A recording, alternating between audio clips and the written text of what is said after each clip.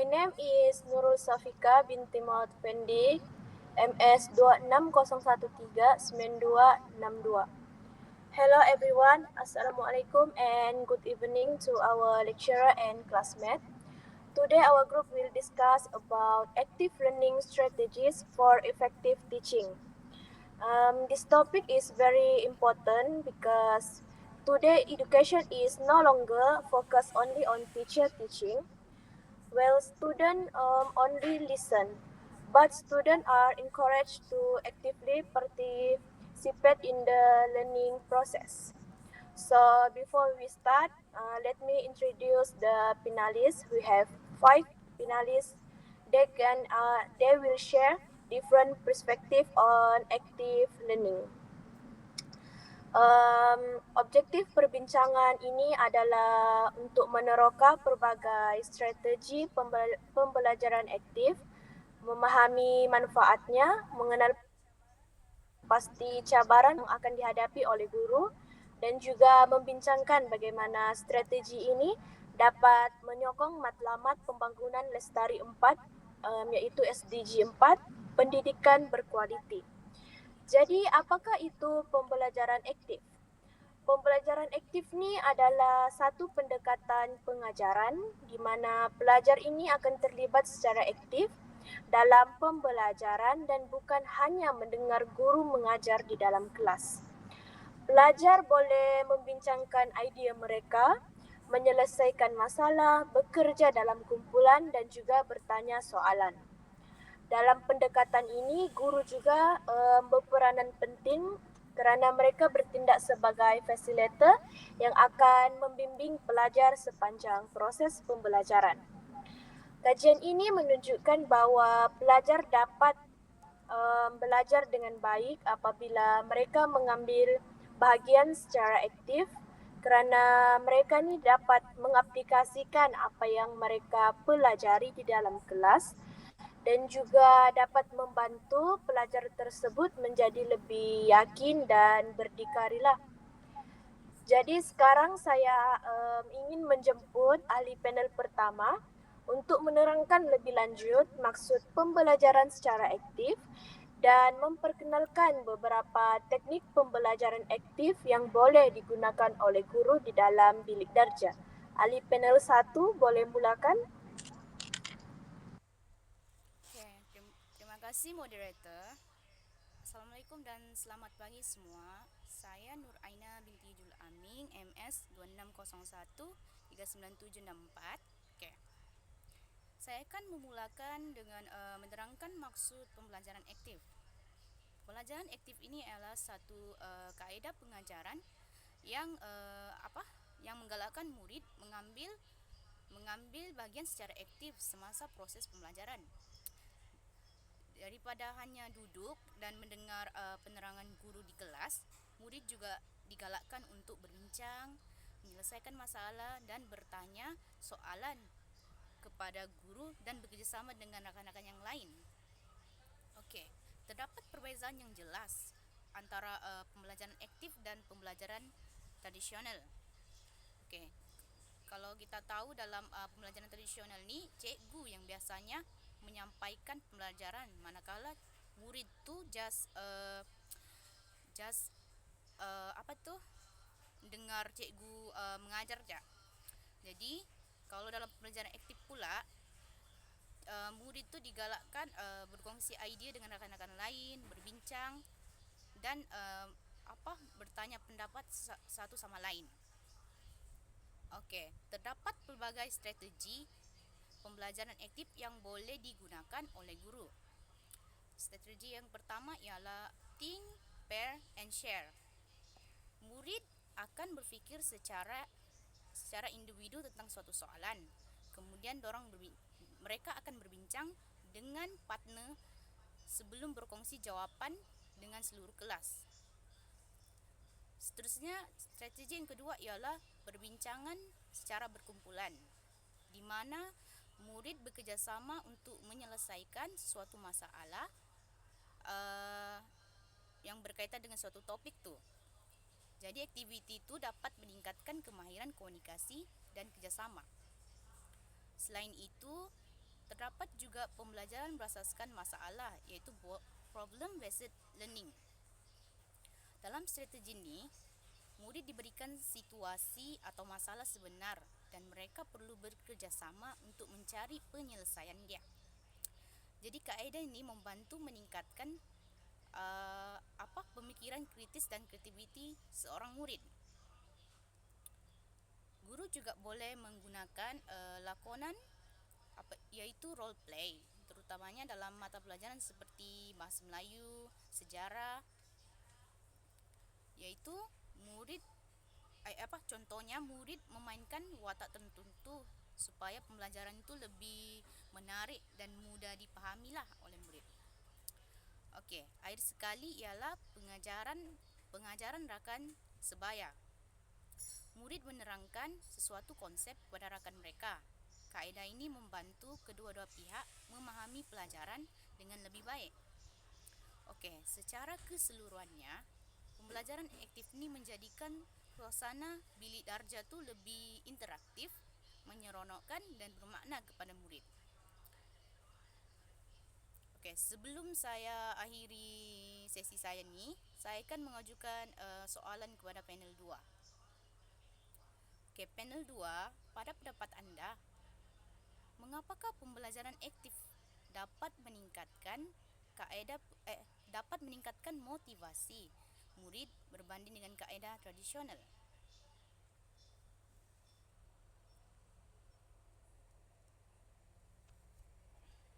Thank you for the question. Before that, let me introduce myself. My name is Adriana Fiona Gilbert, MS 2601399170. But in my opinion, active learning ini dia merupakan satu pendekatan yang sangat berkesan kerana ia bukan saja meningkatkan motivasi murid, malah menjadikan proses pembelajaran lebih bermakna. Berbeza dengan kaedah tradisional yang lebih berpusatkan guru. Pembelajaran aktif ini dia memberi peluang kepada murid untuk terlibat secara langsung dalam aktiviti pembelajaran. Apabila murid mengambil bahagian dalam perbincangan, penyelesaian masalah, eksperimen atau aktiviti perkumpulan, mereka akan berasa lebih seronok dan berminat untuk belajar. Selain itu, selain meningkatkan motivasi, active learning ini dia juga memberikan pelbagai manfaat yang lain. Contohnya yang pertama, active learning ini dia dapat meningkatkan penglibatan murid dalam bilik darjah. Murid menjadi lebih fokus kerana mereka berinteraksi secara aktif dengan guru, rakan-rakan, dan bahan pembelajaran. Penglibatan ini dia membantu murid untuk memahami suatu konsep dengan mendalam berbanding dengan hanya mendengar penerangan daripada guru. Dan yang kedua, pendekatan ini dia dapat mengembangkan kemahiran berpikir aras tinggi atau kebat. Murid digalakkan untuk menganalisis maklumat, membuat penilaian, menyelesaikan masalah dan menghasilkan ide baru. Kemahiran ini dah amat penting dalam melahirkan murid yang mampu berpikir secara kritis dan kreatif. Dan yang ketiga, pembelajaran aktif ataupun active learning ini dia juga meningkatkan pemikiran komunikasi. Dan melalui aktiviti seperti pembentangan, perbincangan, dan soal jawab, murid ini dia menjadi lebih yakin untuk menyampaikan idea, memberikan pendapat serta menghormati pandangan orang lain.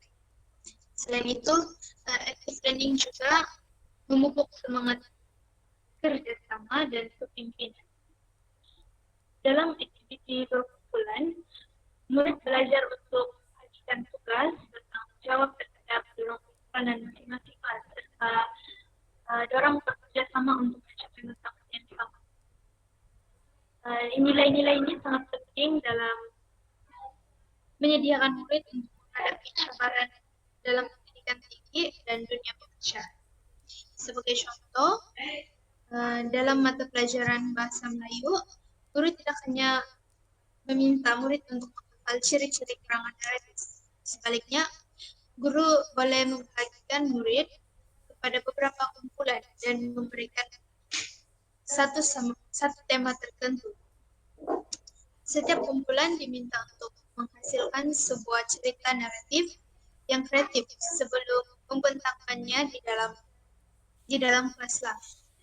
Sesi pembentangan ini kemudian diikuti dengan akun balas daripada guru dan rekan-rekan. Melalui aktivitas ini, murid bukan saja menguasai isi kandungan pelajaran, tetapi juga mengembangkan kemahiran mereka berpikir, berkomunikasi, bertanggung jawab, dan menyelesaikan masalah lah.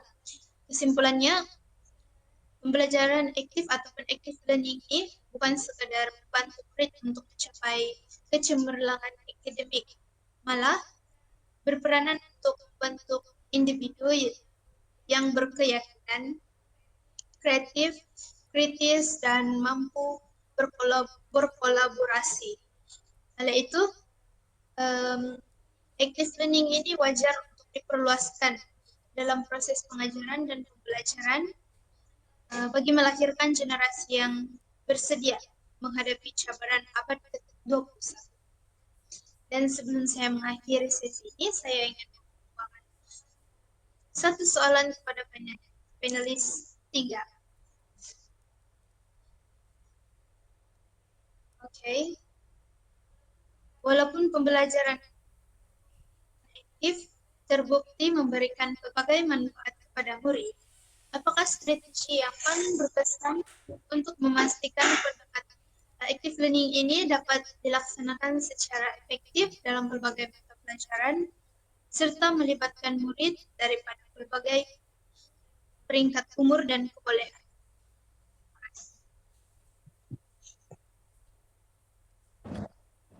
Okay, terima kasih panelis 2 atas soalan tersebut.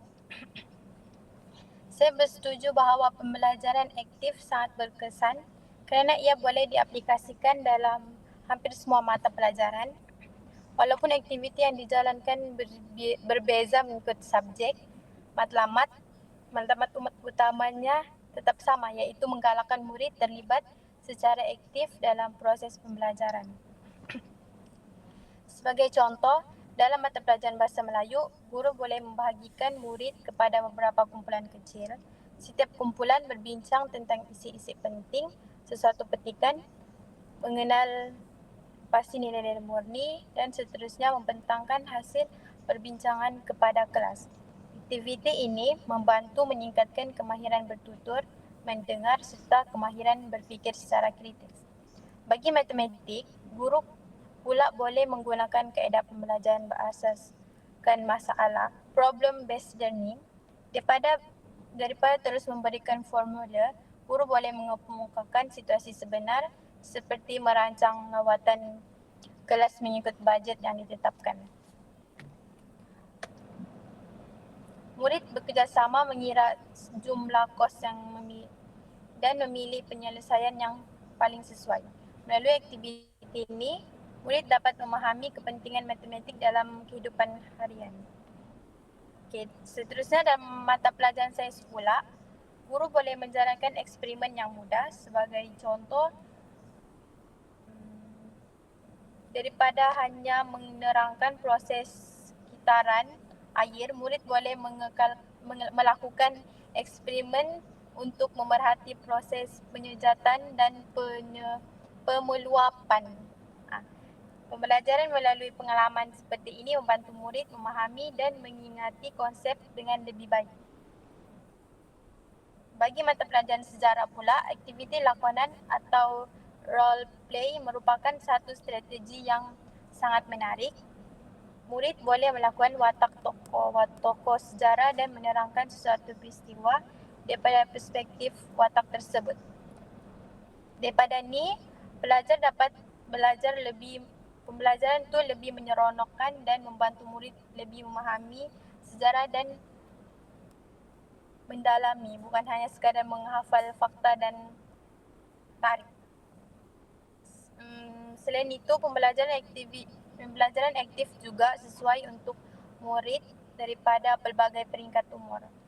Bagi murid sekolah rendah, guru boleh menggunakan permainan, pendidikan, nyanyian, bercerita dan aktiviti berkumpulan yang mudah. Manakala bagi murid sekolah menengah atau pelajar universiti, guru boleh menggunakan peribahasa, kajian kes, perbahasan, kajian kes, pembentangan, projek penyelidikan atau aktiviti penyelesaian masalah yang memerlukan kemahiran berfikir aras tinggi. Walau bagaimanapun, guru perlu sentiasa mengambil kira tahap kebolehan serta keperluan pembelajaran murid sebelum melakukan sesuatu aktiviti. Tidak semua aktiviti sesuai untuk setiap kelas. Seorang guru yang baik ialah guru yang mampu menyelesaikan kaedah pengajaran mengikut tahap dan keperluan murid. Sebelum saya mengakhiri sesi ini, saya ingin mengemukakan satu saran kepada panelis keempat. Walaupun pembelajaran aktif mempunyai banyak kelebihan, guru sering menghadapi pelbagai cabaran ketika melaksanakannya di dalam bilik darjah. Pada pendapat anda, apakah cabaran terbesar yang dihadapi oleh guru dan bagaimana cara tersebut untuk mengatasinya? Terima kasih kepada panelis 3. Dapat dengar kah guys? Sebelum saya menjawab soalan, nama saya Flowina, nomor matrik saya ialah MS2601-9191. Menjawab soalan tadi, saya sangat bersetuju bahwa pembelajaran aktif memberikan banyak manfaat. Namun begitu, terdapat beberapa cabaran yang mungkin akan dihadapi oleh guru semasa melaksanakannya. Cabaran pertama ialah pengurusan masa. Aktiviti pembelajaran aktif seperti perbincangan, pembentangan, dan kerja berkumpulan biasanya memerlukan masa yang lebih lama berbanding kaedah pengajaran tradisional. Kadang-kala guru bimbang mereka tidak dapat menghabiskan sukatan pelajaran mereka. Bagi mengatasi masalah ini, guru boleh memilih aktiviti yang lebih ringkas tetapi menggalakkan penglibatan pelajar. Guru juga boleh memberikan arahan yang lebih jelas sebelum kelas bermula supaya pelajar mengetahui dengan tepat apa yang perlu mereka lakukan. Cabaran kedua ialah saiz kelas yang besar. Di Malaysia, setengah kelas ni mempunyai lebih daripada 35 ataupun 40 orang pelajar. Mengendalikan aktiviti berkumpulan boleh menjadi bising ataupun pelajar yang kurang mengambil bahagian secara aktif. Guru ni boleh mengatasi masalah ini dengan memberikan peranan khusus kepada setiap kumpulan seperti ketua kumpulan, pencatat, pembentang dan penjaga masa. Cara ini dapat menggalakkan semua ahli untuk memberikan sumbangan. Cabaran seterusnya ialah ada pelajar yang pemalu ataupun kurang yakin. Mereka takut untuk memberikan jawapan yang salah ketika bercakap di hadapan kelas. Oleh itu, guru perlulah mewujudkan suasana bilik darjah yang menyokong, di mana kesilapan dianggap sebagai sebagian daripada proses pengajian ataupun proses pembelajaran. Guru juga boleh memulakan aktiviti dengan perbincangan secara berpasangan sebelum meminta pelajar berkongsi idea dengan seluruh kelas. Langkah ini dapat membantu pelajar membina keyakinan secara berperingkat. Itu kekurangan sumber pengajaran juga boleh menjadi salah satu cabaran juga, terutamanya di Malaysia. Di sekolah yang mempunyai kemudahan, walau bagaimanapun pembelajaran aktif tidak semestinya yang mudah seperti gambar, kad imbas, surat kabar ataupun objek daripada kehidupan seharian. Misalnya lebih penting daripada memiliki peralatan yang canggih. Akhir sekali, guru sendiri memerlukan latihan yang mencukupi. Setengah guru lebih biasa menggunakan kaedah pembelajaran, teknik-teknik baharu serta berkongsi pengalaman dan amalan terbaik bersama guru yang lain. Kesimpulannya ialah walaupun terdapat beberapa cabaran melaksanakan pembelajaran aktif, Semua cabaran tersebut boleh diatasi melalui perbincangan ataupun perancangan yang teliti, kreativiti pembangunan profesional yang berterusan. Sekarang saya ingin menjemput panelis 5. Sebelum itu ada soalan untuk panelis 5. Apakah nasihat yang ingin salah. Cut guys. Saya ingin menjemput panelis 5 untuk menerangkan bagaimana pembelajaran aktif menyokong SDG 4 pendidikan berkualiti dan mengapa ia penting untuk masa depan pendidikan. Terima kasih. Terima kasih panelis 4. Sebelum saya memulakan, saya perkenalkan diri saya dulu. Nama saya Spesi, MS 2511388687. Saya akan menerangkan bagaimana pembelajaran aktif menyokong pembangunan Mampan 4, SDG 4, yaitu pendidikan berkualiti. SDG 4 bertujuan untuk memastikan pendidikan berkualiti yang inklusif dan sama, serta menggalakkan peluang pembelajaran sepanjang hayat untuk semua.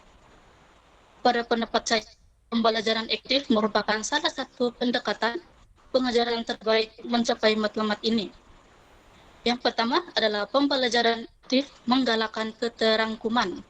Setiap pelajar mempunyai peluang untuk mengambil bahagian dalam aktiviti di dalam bilik darjah tanpa mengira kebolehan pembelajaran atau latar belakang mereka. Daripada hanya mendengar penerangan guru, pelajar boleh menyumbang dengan berkongsi idea, bekerja sama dalam kumpulan, mengemukakan soalan atau melakukan tugasan secara amali. Hal ini membolehkan setiap pelajar merasa terlibat dan dihargai.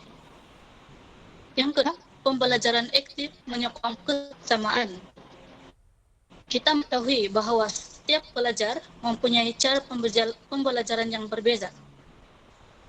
Sesetengah pelajar belajar dengan lebih baik melalui perbincangan, manakala yang lebih gemar aktiviti, praktikal atau bahan visual. Guru juga boleh menyediakan pelbagai aktiviti pembelajaran berdasarkan keperluan belajar, sekaligus memastikan menyediakan pelbagai aktiviti pembelajaran berdasarkan keperluan pelajar untuk berjaya. Yang ketiga, pembelajaran aktif menggalakkan pembelajaran sepanjang hayat. Pelajar bukan sahaja mempelajari fakta untuk peperiksaan, malah turut membangunkan kemahiran seperti komunikasi, kerjasama, pemikiran kritis, dan penyelesaian masalah. Kemahiran ini akan terus memberi manfaat kepada mereka di universiti, di tempat kerja, dan di alam kehidupan seharian. Sebagai contoh, semasa menjalankan proyek berkumpulan, pelajar belajar cara mengurus masa, mendengar pelbagai pandangan, menyelesaikan perselisihan pendapat, dan bekerja sama ke arah mencapai matlamat bersama. Pengalaman ini membantu mereka membuat persediaan untuk menghadapi situasi sebenar di luar bilik darjah. Oleh itu, pembelajaran aktif bukan sahaja meningkatkan pencapaian akademik, malah membantu pelajar menjadi individu yang bertanggung jawab, berdikari, dan yakin dalam pembelajaran. Sebagai penutup pembincangan saya amat percaya bahawa pembelajaran aktif merupakan strategi pengajaran yang berkesan dalam mewujudkan bilik darjah yang lebih menarik serta mendukung pencapaian SDG 4 dengan menyediakan pendidikan berkualiti kepada semua pelajar. Terima kasih.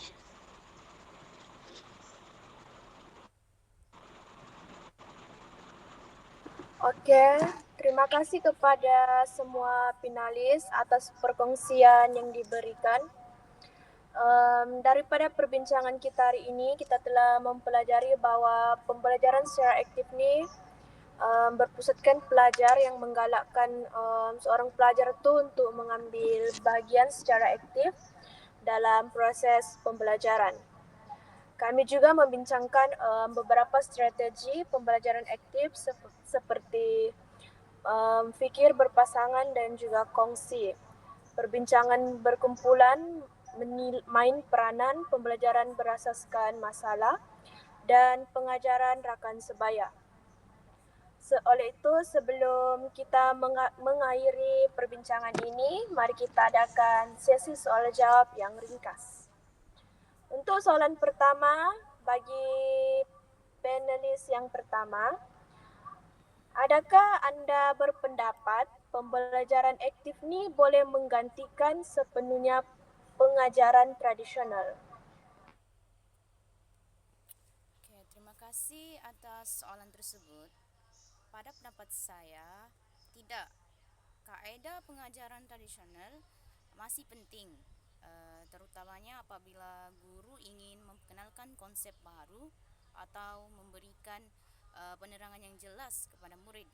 Namun begitu, pembelajaran aktif juga perlu digabungkan dengan kaedah tradisional supaya murid bukan sahaja memahami isi kandungan pelajaran, malahan mereka juga dapat mengaplikasikan apa yang mereka pelajari dalam situasi sebenar.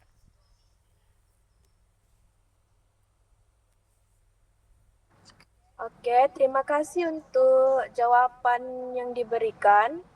Okey, soalan seterusnya adalah untuk finalis yang kedua. Pada pendapat anda, apakah strategi pembelajaran aktif yang paling berkesan? Thank you for the question. My answer is I believe group discussion is one of the most effective strategy because group discussion we encourage students to share ideas, communicate with other students, and learn from different perspectives. And it also helps students become more confident when expressing their opinions. Thank you. Okay, thank you for finalist 2. Next is for the finalist 3. Pada pendapat anda, adakah pembelajaran aktif sesuai untuk semua mata pelajaran?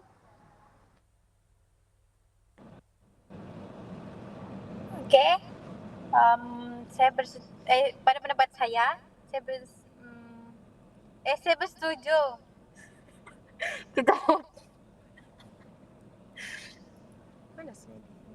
Saya bersetuju. Semua mata pelajaran boleh menggunakan pendekatan pembelajaran aktif, namun aktiviti yang dijalankan perlu disesuaikan dengan kandungan pelajaran. Sebagai contoh, mata pelajaran sains boleh menggunakan eksperimen, matematik boleh melaksanakan aktiviti penyelesaian masalah, manakala sejarah pula menggunakan aktiviti lakonan atau perbahasan. Okey, terima kasih finalis 3. Dan untuk finalis 4, apakah nasihat yang akan anda berikan kepada guru yang baru pertama kali mencuba pembelajaran aktif? Nasihat saya ialah mulakan dengan aktiviti mudah. Guru tidak perlu mengubah keseluruhan kaedah pengajaran sekaligus.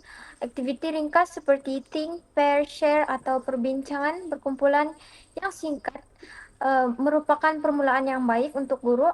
Apabila guru semakin berpengalaman, mereka boleh memperkenalkan aktiviti yang lebih mencabar. Terima kasih. Okay, terima kasih juga kepada finalis 4 dan yang terakhir sekali adalah finalis 5.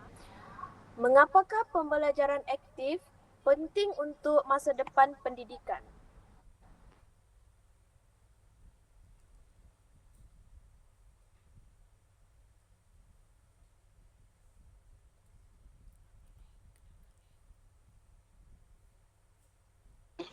Pengetahuan akademik, pelajar juga membangunkan kemahiran komunikasi, kerjasama, kepimpinan, kreatif, pemikir kritis.